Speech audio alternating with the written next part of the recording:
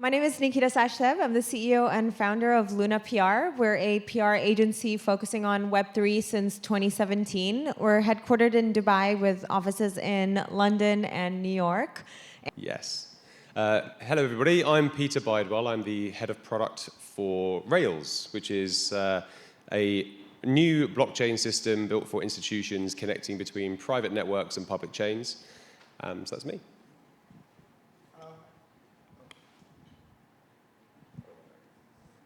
Hello, hi.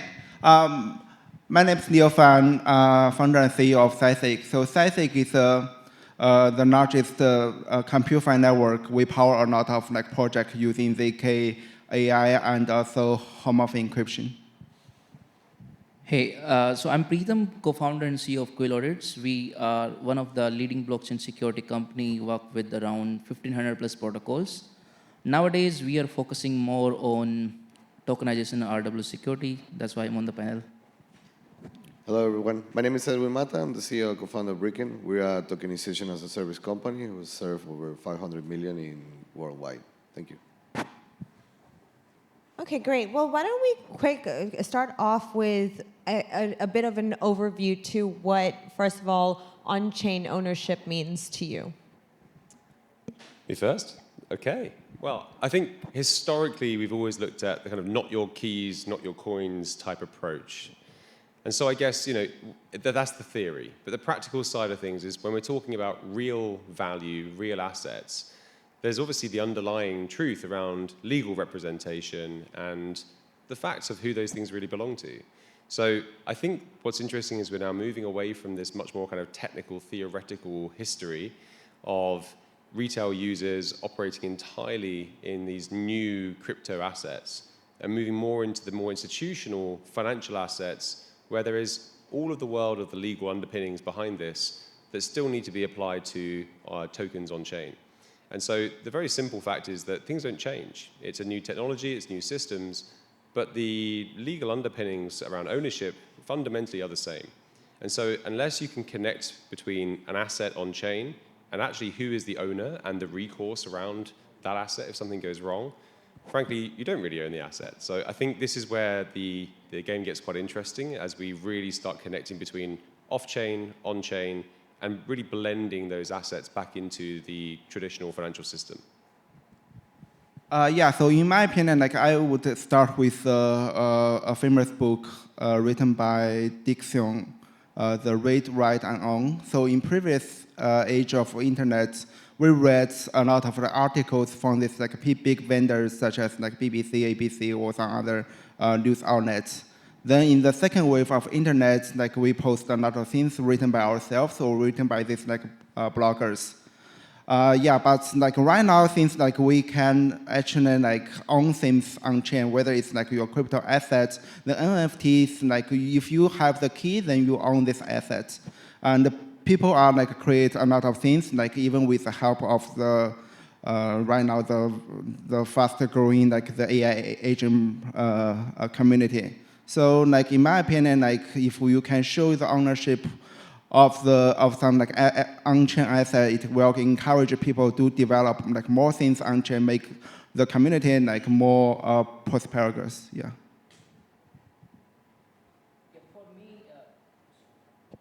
And by the way, Preetam, sorry, you can also talk about what it means to you in practice, not just in theory. What are some of the best use cases? Maybe share a little bit more about that. Yeah, so I feel, when Web3 started, we used to create tokens, right? ERC20 tokens, then NFT, right? And they are kind of presenting on-chain ownership of your tokens or your NFT. As a user, you own it, right? And you can say, I'm the owner of this wallet and I own it. Now we talk about on-chain ownership in case of RWA. It's a bit complicated. We have the off-chain assets and then we have the representation of off-chain assets on the on-chain, right?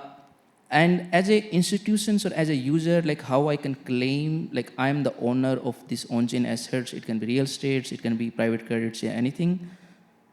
So I feel there is three important layers. One is the off-chain assets that you tokenizing, and the off-chain assets having also multiple parties like custody, your admin, your governance, and then you having the on-chain representation, right? And the middle of these both is the oracles, right? So for me, on-chain ownership, right?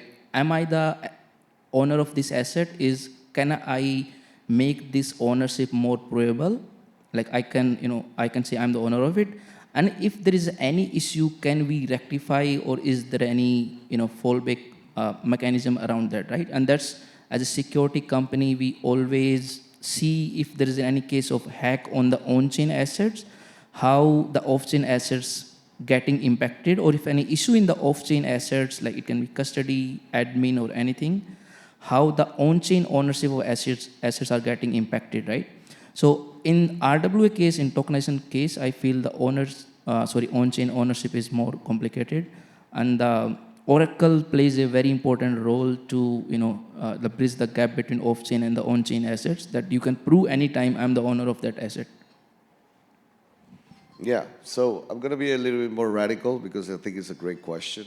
What do we own, right? That's the question. I mean, when you have your payroll getting the bank, you don't own that money. Actually, you have a lending agreement with the bank who stores the value of your position, right? So when you own stocks of Apple or whatever, you don't own them. You own them through a broker. So the whole system is being built around an intermediary.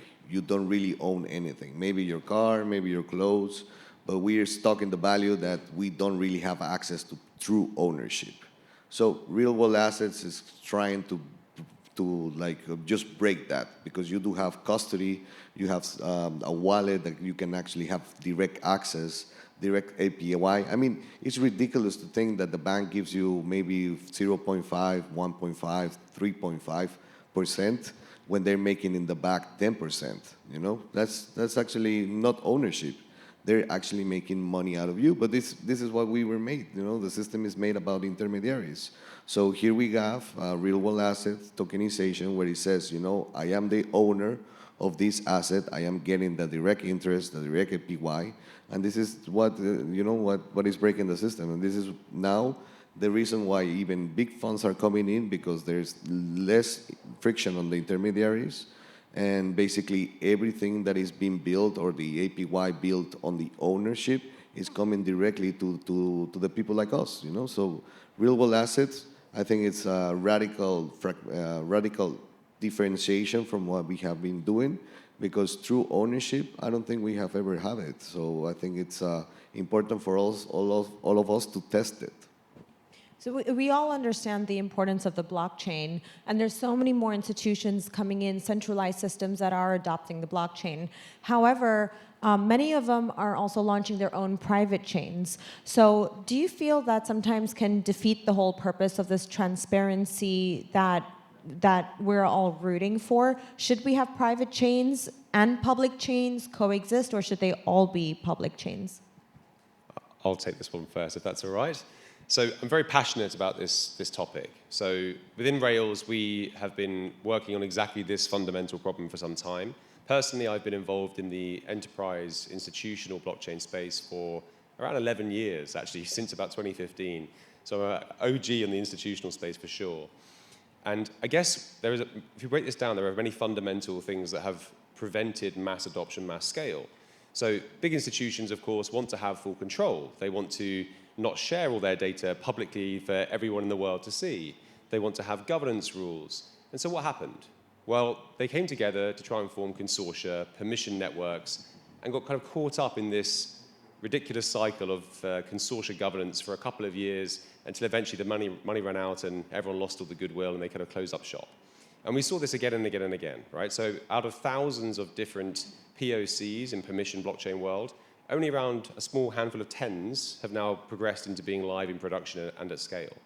And so I guess my kind of strong opinion on this is there is such innovation in the public DeFi space that is untapped because it hasn't been possible for institutions to access that world just yet.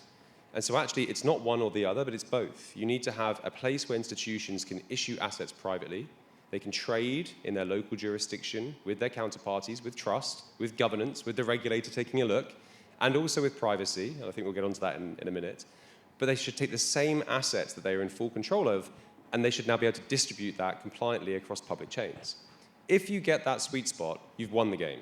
because then suddenly institutions can bring their real users, their real capital, and all their operations on chain because they still have all the things they need, the control, the access to their local markets, the integrations to their existing systems, but also the distribution globally across a whole new range of investors and new product lines. And maybe Leo and Preetam, maybe you can answer this one. There's so many chains out there. Which chain is going to win? And then when we're talking about data, we want it to be transferable, we want it to be transparent, we want it to be accessible. What about interoperability? Not every chain is interoperable. There's still a lot of fragments in the system. So which chain wins? Are there just going to continue being new chains being made every day, or are we actually going to kind of just jot down one interoperable chain that all institutions will use? So I think there won't be any winner in the near future. A lot of chains will still competing with each other and also work with each other. Yeah, it's the privacy season. Record the previous privacy blockchain. The peak is Zcash. But if you take a closer look at Zcash, so actually, I guess more than 80% of the transactions on Zcash, they are public. Only less than 20% is private. And this all due to the limit of the technology at that time. So the Zk proof generation, for Zcash or for the previous blockchain, they are very slow. They cannot support this daily transaction, or the throughput will be very, very low. But with with the recent breakthrough in the Zk community, we have another season of privacy chains coming up soon. As you can see, there are several big names in the space which will do TG or publish their mainnet very soon. And this is all because of the recent breakthrough in the technology, whether it's on the software or the hardware, to make the transaction tolerable, at least for normal users to use. So so that will also happen in the interoperability kind of thing. And so people can still the chains can still work or compete with each other. And with the technology advancements, then probably it will converge sometime in the next years, I think. And when we're talking about these chains, maybe Preetam, do they all need to have a token? Does there need to be some kind of monetary value, or do you think that we should start using the blockchain more for data storage? So I feel for the institutions, it doesn't matter which chain they are using. So I feel for any use case, it can be a gaming use case. I was reading one report by A16Z, and then Hasib. Also commented on that. It's not about, there is three important layers. One is the TPS, right? I care about the speed of any chain I'm building the protocol, and I feel every chain is having the same speed or good speed. Now we're having TPS, right? The second thing is privacy, as mentioned by you guys. And the third is, as a security audit company, that we keep seeing is how easily I can set my access control. It can be part of your smart contract, or it can be part of the protocol infra that you're building. I feel these are the most three important things: TPS, privacy, and access control. And institutions are quite okay with using any chain. Now we take example of the new chains that daily keep coming. We are saying we are more RWA focused chain, from Pharos to Lumia to Plume, and now Canton is also having, right? I feel every chain is trying to fix one problem, or trying to set, our technology is better. I was reading the reports of how Plume is achieving the GK, how Lumia is doing, how Pharos is doing, right? So they are trying to put kind of a nice to have a good tech better than the other chain, right? But as institutions, maybe I'm going to care, but I'm going to care about other things also, as mentioned by privacy, TPS, access control, distribution of assets. And I feel maybe I don't need a chain. I don't need a new token of, that every chain is launching. Maybe I can build on the Ethereum, and now Ethereum is having very great TPS, but again, GK is still not there. And as a security audit firm, what are the threats to the blockchain? Are AI and quantum real threats? Sorry, come again? is the AI threat and the quantum threat really something that we should be concerned about? Yeah, quantum is still, I feel, is not much far, but it's going to come in maybe next 5-10 years. But the current threat that I see, right, with the help of AI, now every human being is kind of a hacker. I can use AI to find vulnerabilities in a website of maybe NASA or any space mission or anything, right? Now as a hacker, I'm as much as expert than QuillAudits auditor or Trail of Bit auditors or any good company auditors. I'm actually using AI to find the vulnerability, and these vulnerabilities are coming in this context after 5 years. They were the on-chain, right? So current threat is how the bad actors are using the AI to attack the already good smart contracts, like maybe the Uniswap, or there is so many good DeFi protocols are there. And we have seen so many cases now. Everyone is building their own AI audit tool to kind of compete, and everyone is tweeting, hey, we find out this vulnerability in this protocol that was live from last 5 years or 3 years, right? So the current threat I see is how these bad actors are going to use AI to find the vulnerabilities. Indirectly, how the North Korean hackers are going to use. So it's not really a threat then. I guess we're using it, we can use it to our benefit, the AI part. Edwin, in crypto, we all want transparency, yet we all want privacy. So how do we balance the two when it comes to on-chain ownership? That's a very good question. And I'm going to go a little bit back because I want to be, again, radical. We don't need more chains. They're all liquidity grabs. We only need competition, makes technology thrive. So maybe you need 3, 5. But right now, everybody, hopefully nobody has a chain here. You don't need them, okay? Oh, yeah, sorry. Maybe you need a couple. No, but in reality, kind of like now we're building a lot of applications on top of existing chains, right? So Ethereum right now, for example, has the CK value or other kind of privacy apps which can hide the transaction. And privacy is super important. And we think transparency is not matching transparency and privacy could be the same.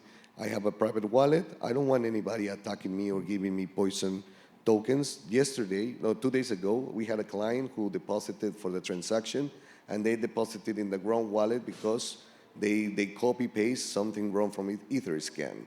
I mean, that's ridiculous. They lost 10K on a transaction just because of a copy-paste. And basically, privacy is allowing us to say, this is my storage, this is my value. And basically, now what we're seeing a lot of things happening in the space is scams and threats, AI, quantum, whatnot. So the most important thing that we need right now is not chains, it's applications. Applications building on already established chains with an auto value. Liquidity fragmentation is a huge problem. And when I say huge, you have no idea how huge it is. Brickken is built on top of maybe like 10, 20 chains, and we have to CCIP or layer 0 liquidity from established chain to a ghost chain just because a client wants to do some RWA where there is no liquidity. So the space is going to thrive on concentration, even though we think decentralization is kind of like sparse. No, concentration is good. Liquidity, unity is good. And privacy is going to allow all these fund managers, all this big money to jump in because nobody wants to have their position. And then we have to ask ourselves, if we don't think this, do we want to know, do we want to show our true value to the world? Nobody wants that. So I think a lot of privacy applications or protocols are going to be established in the next 1, 2, 3 years. And I think that's going to be allowing the huge money to jump in. And I think privacy, decentralization, concentration, all of these things match. May I jump in?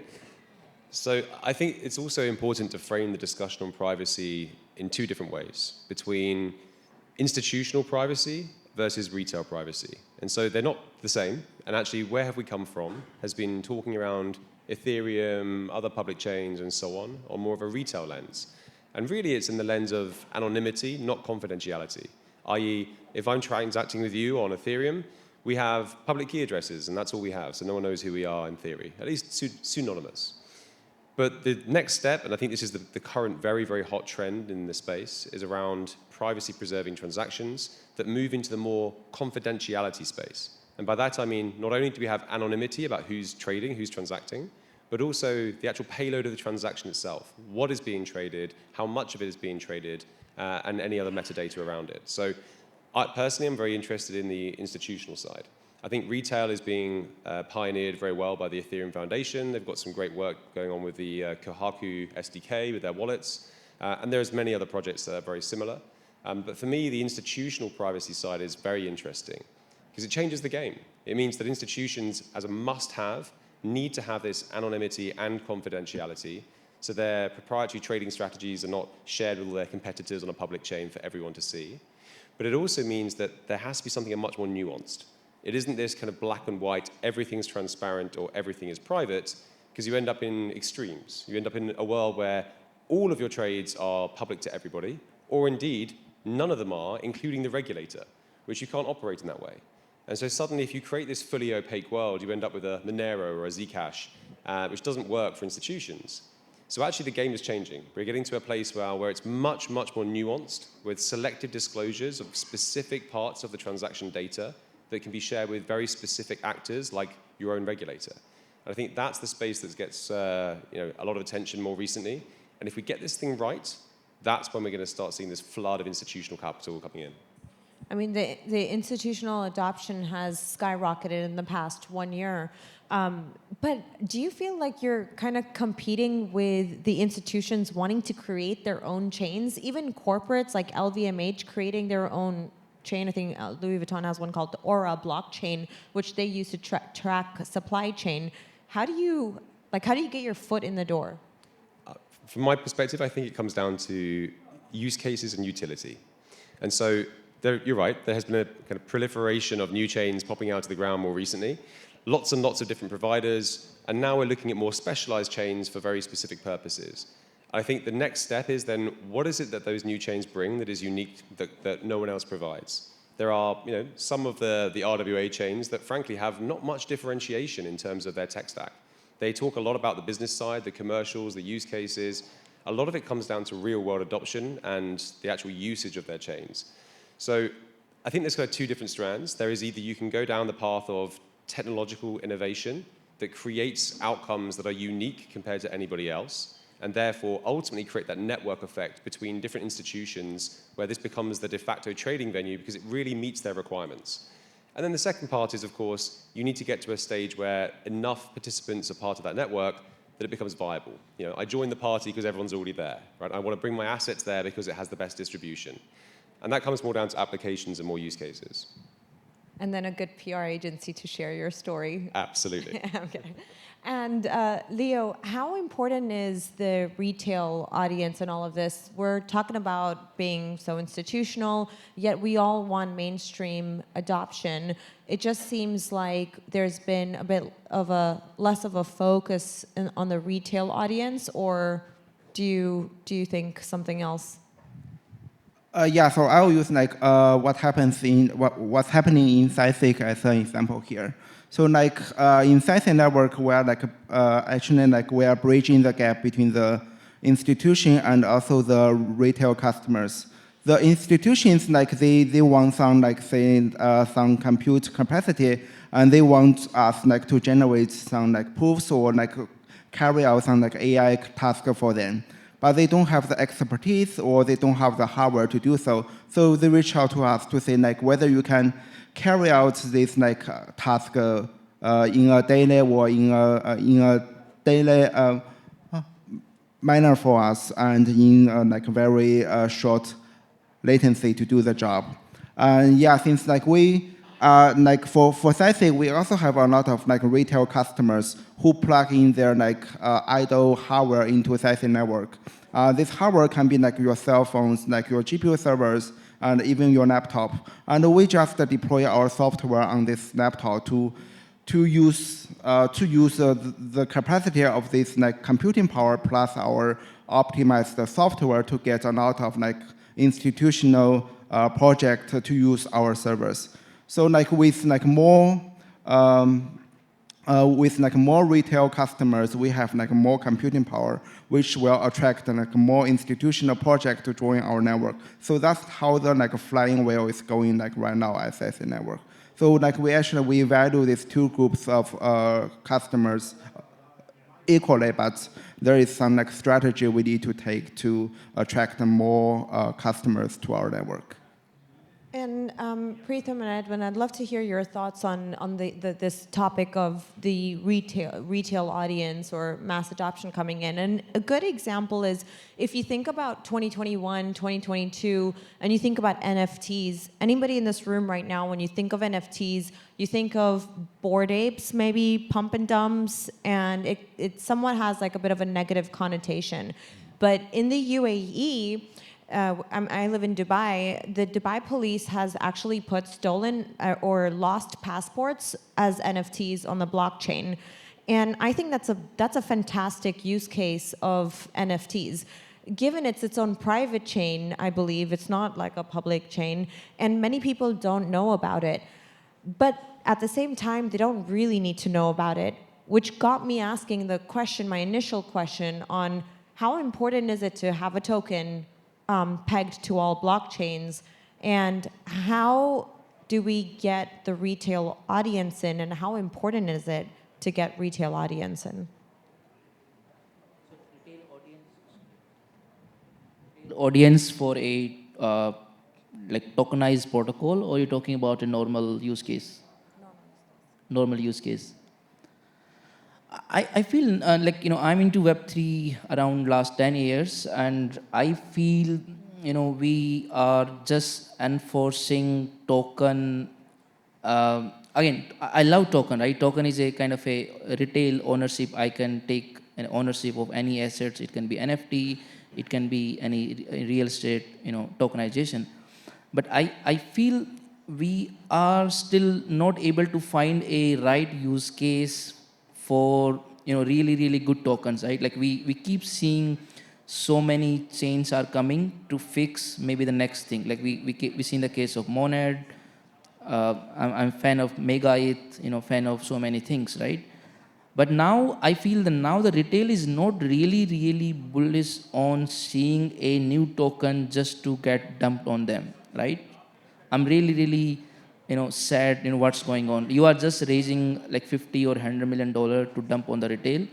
And the real fundamental, the value of the blockchain is anyone can own a digital or you can fractional ownership of any asset and anything.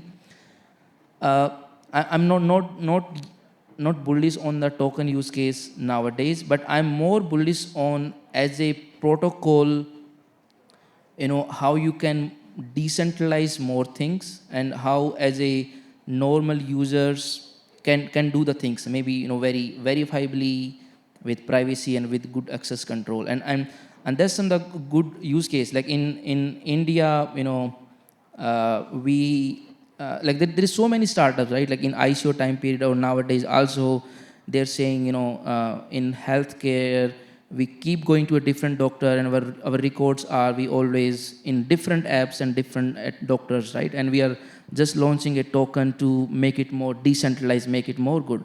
But I feel these use cases can't be sold by a protocol founder that raised just only maybe 10 or 20 million dollars. These use cases can be only sold by government. Like in India, the government is actually building, Indian government is very good in building the digital use cases like UPI and anything. So they're building this UDP, like Unified Health something program.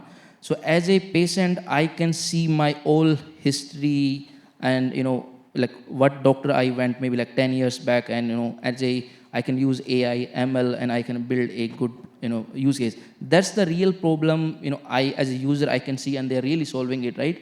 But as a token, I'm going to change the world by just this use case, and I'm just raising $10-20 million, and again going to dump in next 2 years, and I'm just doing this kind of marketing. I'm not really bullish. Again, I'm just sharing my views as a security founder, because I've seen so many protocols, like out of 1,500 or 2,000 protocols we work with, 90%, everyone knows it, like going to die in 2-3 years, right? So I suggest to build the token use case that really making sense, like Uniswap, like Aave, Morpho. These are very good use cases. Can I just say, I really liked your question. I liked it because you've hit the nail on the head around real utility and versus misconceptions around NFTs. And so what if an NFT is a non-fungible token? It basically represents an asset that is unique, that is not replicable by somebody else, right? Or it's not replaceable with another version of the same thing.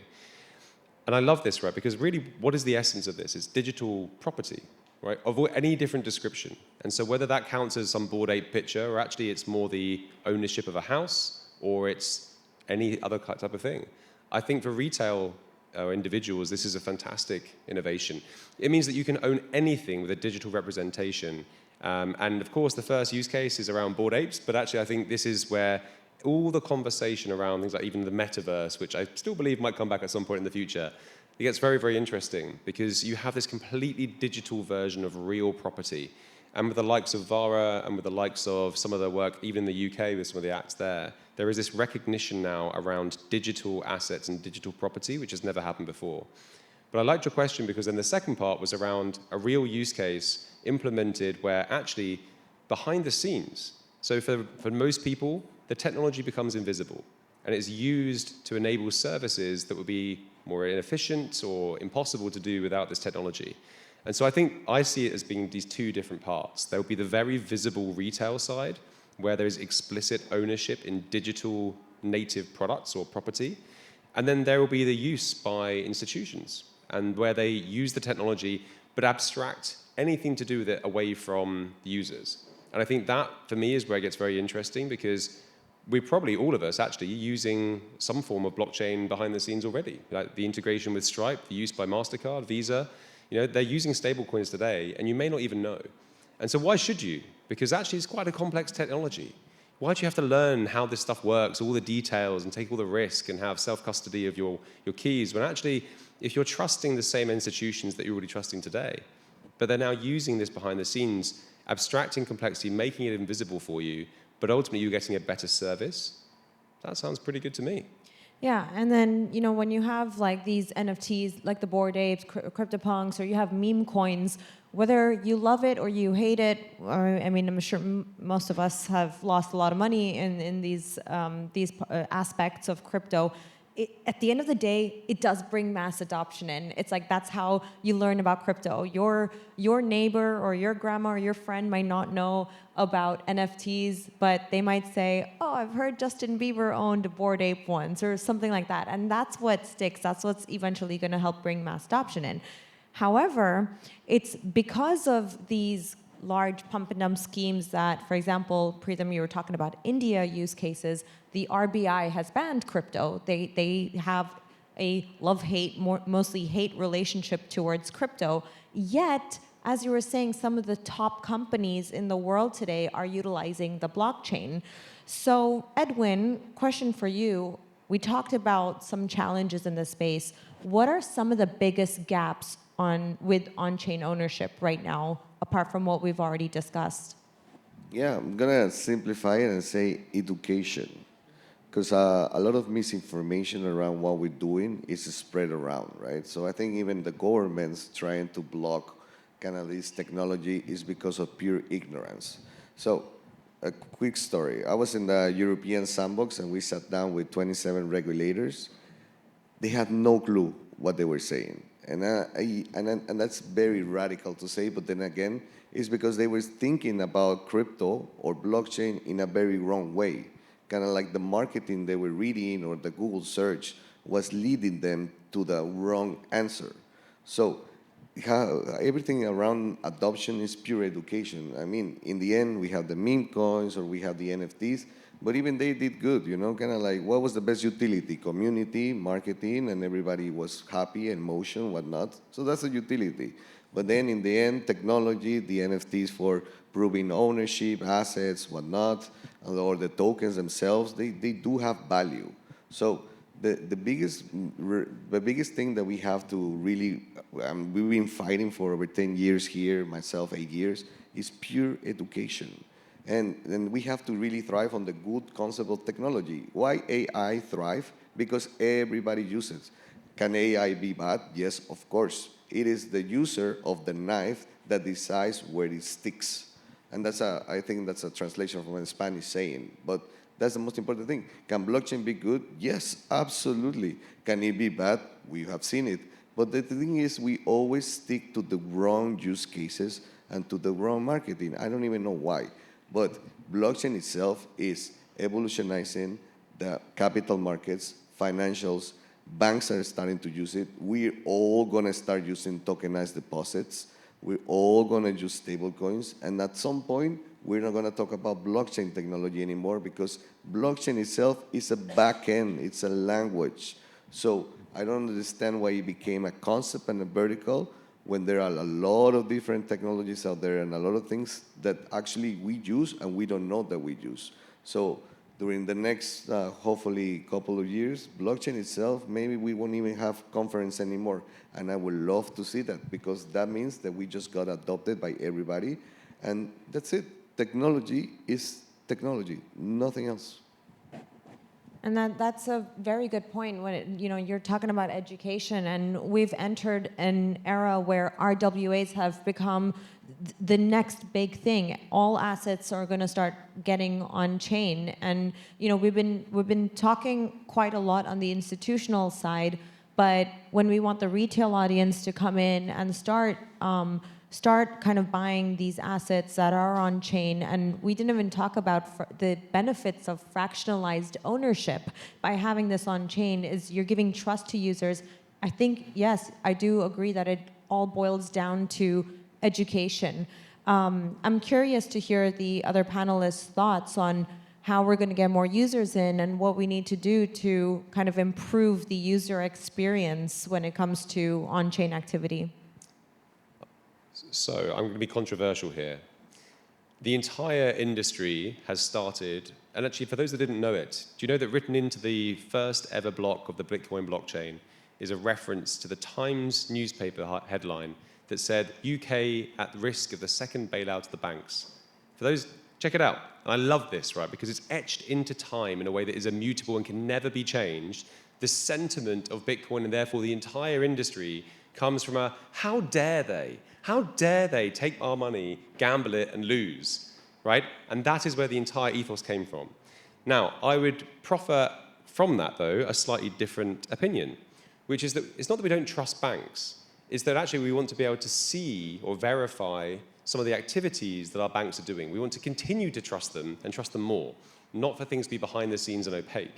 And so I actually think there is an interesting point here, which is for mass adoption, there is this kind of ethos of everyone wants to have access to their own keys. They want self-sovereignty. They want full control themselves and custody of everything.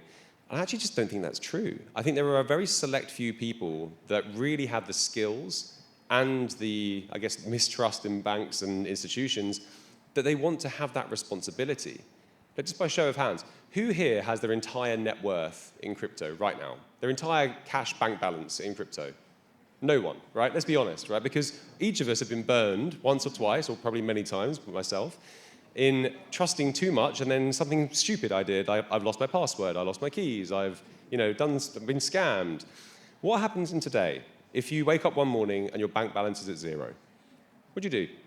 You pick up the phone, you call the bank. Excuse me, oh my goodness, I'm so sad. My money's all gone, help. Don't worry, sir, we will fix it. You put the phone down, 2 hours later, what happens? Your money's back. You have no idea why, you don't know what they did, but they fixed it, right? What happens today in crypto if that happens to you? Your money's gone. It's gone forever, right? There is no recourse, there is no kind of getting your money back. And I think this is the big problem. Even those that are in the space and are educated, the idea that you can then not pick up the phone, right, is very scary.